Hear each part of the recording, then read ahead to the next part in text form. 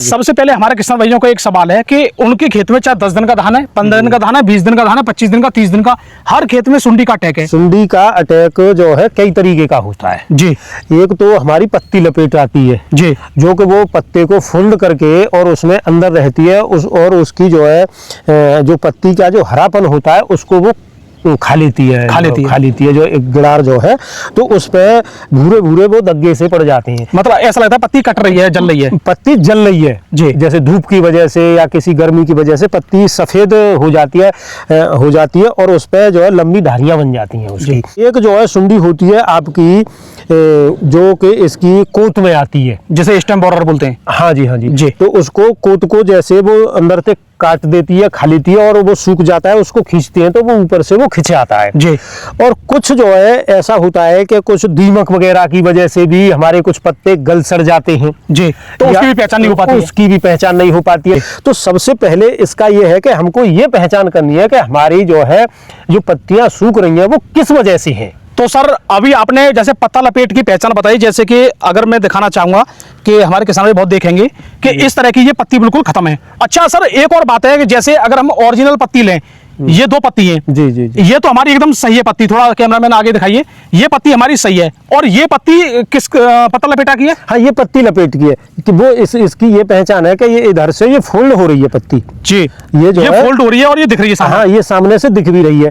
वो मैं sir screen पर दिखा रहा हूँ, लेकिन मुझे आप एक बार बताइए, इस पत्ती वाले धान में और इस धान में कितना नुकसान हो सकता है? इसमें बहुत ये तो पत्ती बिल्कुल खत्म हो गई। हाँ, ये पत्ती खत्म हो गई जो है, इसमें काफी नुकसान चला जाता है। भाई साहब, पत्ता लपेटा इतना नुकसान कर सकता है। आप देख लीजिए, इस पत्ती में कुछ नहीं बचा, बस ऊपर थोड़ी रह गई है, उसको भी खा जाती और ये पूरी बिल्कुल खत्म कर दी और साफ पत्ती ये है, तो इतना बड़ा नुकसान हो जाता है। इसका ऐसा भी होता है कि जैसे ये नाजुक पत्ती है जी, गिडार ने इसको खा लिया और कुछ जो जैसे बड़ी पत्ती है और इसके पास में कोई अगर छोटी पत्ती है जो ताजी पत्ती है तो इसको छोड़ के वो उस पर चली जाएगी या चिपका लेती है दोनों को। नहीं, हाँ, या दोनों को चिपका लेगी, वो उस पर चली जाएगी फिर, क्योंकि ये उसको खाने में फिर टाइट लगेगी, वो नरम पे जाएगी वो। तो ये तो बहुत जरूरी है, जो हमारे किसान भाइयों को पहले पहचान करना जरूरी है। अब बात आती है कि इसके लिए हम करें क्या।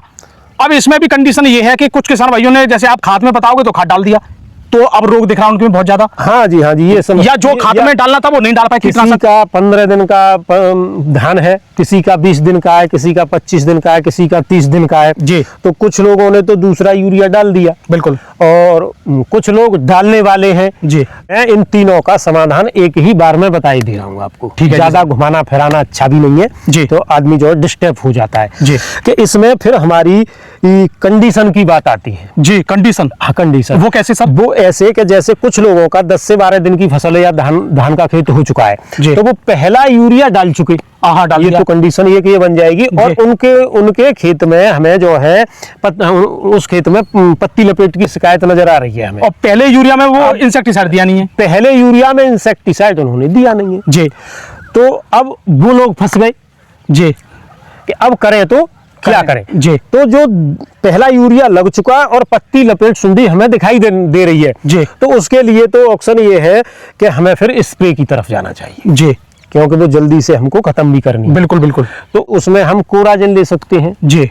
ये सस्ता, ज्यादा महंगा जुगाड़ नहीं है, करीब 700-800 रुपए एकड़ की और हमारी कोराजेन जो है आ रही है आजकल। इसके बाद इमामेक्टिन बेंजोएट पर चले जाना चाहिए। मतलब इमामेक्टिन बेंजोएट, और ये इनका 10 दिन का तो काम है, 10-12 दिन ये स्प्रे हमारी चल जाएगी, या 1 हफ्ते से 12 दिन मान लो जी। फिर हम दूसरे यूरिया के टाइम को पकड़ लेते हैं जी जी जी। तो उस पे जाके फिर हमको जो है उसके लिए सुंडी के लिए या इल्ली के लिए हमको फिर दूसरे यूरिया में दानेदार कीटनाशक ले लेना चाहिए। फिर उस समय पे पहली कंडीशन पे अगर आपका पत्ती लपेट के साथ साथ अगर दीमक का भी प्रकोप हमें नजर आ रहा है जी तो स्प्रे में तो हम चले ही गए जी। जैसे पानी दे रहे हैं खेत में तो उसमें हम 505 भी आप डाल सकते हैं, पानी के साथ चला सकते हैं, साइपरमेथ्रिन और क्लोरोपाइरीफॉस और साइपरमेथ्रिन।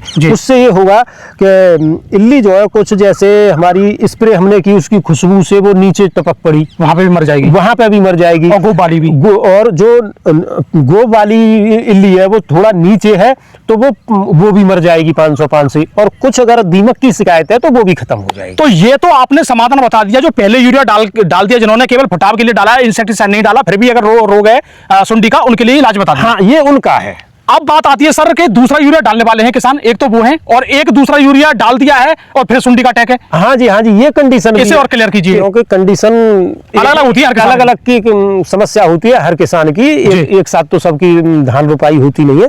तो जिन लोगों का दूसरा यूरिया डालने वाले हैं, बिल्कुल डालने वाले हैं, तो उनको अपने यूरिया के साथ में एक कीटनाशक दानेदार ले लेना चाहिए। अच्छा जी, जैसे कि आपकी एक बरोज आती है, यानी जो भी डालना है वो डालें, लेकिन हाँ, एक कीटनाशक ले लें। जो भी डाल रहे हैं वो डालें, कीटनाशक दानेदार कीटनाशक जरूर ले लेना चाहिए। जैसे कि बरोज आती है जी, अडामा कंपनी की बरोज आती है, और आपकी जो है फर्टेरा आता है जी, और आपका बरटाकू आती है जी, और कई आ रहे हैं जी। अगर इस कंडीशन में आपके खेत में अगर दीमक का भी अटैक है जी, तो आपको जो है 505 वगैरह यहाँ भी लेनी है जी। 505 वो पानी में चला दें, वो पानी में चला दें, क्योंकि वो सस्ता सा जुगाड़ है जी। अगर आप 505 वाला नहीं लेना चाहते तो आप जो है यूरिया में डालना चाहते हैं, यूरिया में ही डालना चाहते हैं, तो उसके साथ में आप फिप्रोनिल फिप्रोनिल थाइमेथॉक्सम जो है आता है, जैसे कि अभी जैसे डबल पावर बायोलाइट का। हाँ, एक डबल पावर, ये ज्यादातर ये कई कंपनियों के टेक्निकल आते हैं, जिसमें फिप्रोनिल थाइमेथॉक्सम और साइलेंट में ये कोराजिन वाला, कोराजिन भी रहता है उसमें, कोराजिन भी रहता है उसमें, तो इसको भी ले सकते हैं जिनमें दीमक की शिकायत ज्यादा है, उसमें ले सकते हैं। अगर सुंडी भी है तो भी उसको भी मारेगा ये। हाँ जी, हाँ जी। चलो जी, तो ये तो हो गया सर आपका, जैसे अभी यूरिया में डाल रहे हैं। अब बात आती है जिन्होंने यूरिया डाल दिया, दूसरा अब सुंडी का अटैक है, हाँ, बहुत ज्यादा पत्ता लपेट है। अगर आपका 20 से 30 दिन के बीच में धान हो चुका है, अगर आपका दूसरा खाद लग चुका है जी, और दानेदार कीटनाशक हम नहीं डाल पाए जी, और ये जो है आपका सुंडी का, पत्ती लपेट का या गोब बाली का, इसका अटैक हमें दिख रहा है, तो फिर उनको स्प्रे पे जाना चाहिए, स्प्रे पे जाना चाहिए। तो उनमें स्प्रे क्या कर सकते हैं?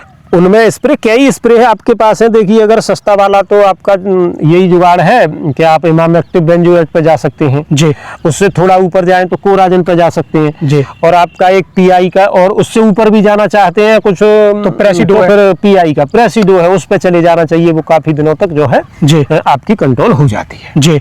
तो दोस्तों, अगर आपने खाद डाल दिया, फिर भी अगर आपने दोनों खाद डाल दिए, उसमें कीटनाशक नहीं डाल पाए, अगर अटैक है, तो आप सीधा सा स्प्रे पे जाइए और स्प्रे जैसी आप करोगे तो आपके में से सब खत्म। हाँ जी, हाँ जी। और इससे सर कितने दिन तक हम सुरक्षित हो जाएंगे? चाहे दूसरे में हम इंसेक्टिसाइड डालें या स्प्रे करें, कितने दिन तक सुरक्षित? देखिए, अगर आपने स्प्रे की है थोड़े सस्ते वाली की, तो वो अपने हफ्ते से 10 दिन, हफ्ते से 10 दिन, ठीक है, हफ्ते से 8 दिन से 12 दिन के बीच तक आप कंट्रोल कर सकते हैं। और जैसे आपने कोई महंगा टेक्निकल, अच्छा टेक्निकल डाला है, तो आपका 15 से 20 दिन। कहने का मतलब धान 50 दिन तक सुरक्षित हो जाएगा। हाँ जी, 50, जैसे 30 दिन पे आप डाल रहे हैं तो फिर 50 दिन तक आप सुरक्षित हो सकते हैं। दोस्तों, अगर इस तरह की आपको आगे और भी जानकारी चाहिए अलग अलग रोग को लेकर, अलग किसी भी कंडीशन को लेकर, तो हमारे चैनल को आप सब्सक्राइब जरूर कर लें।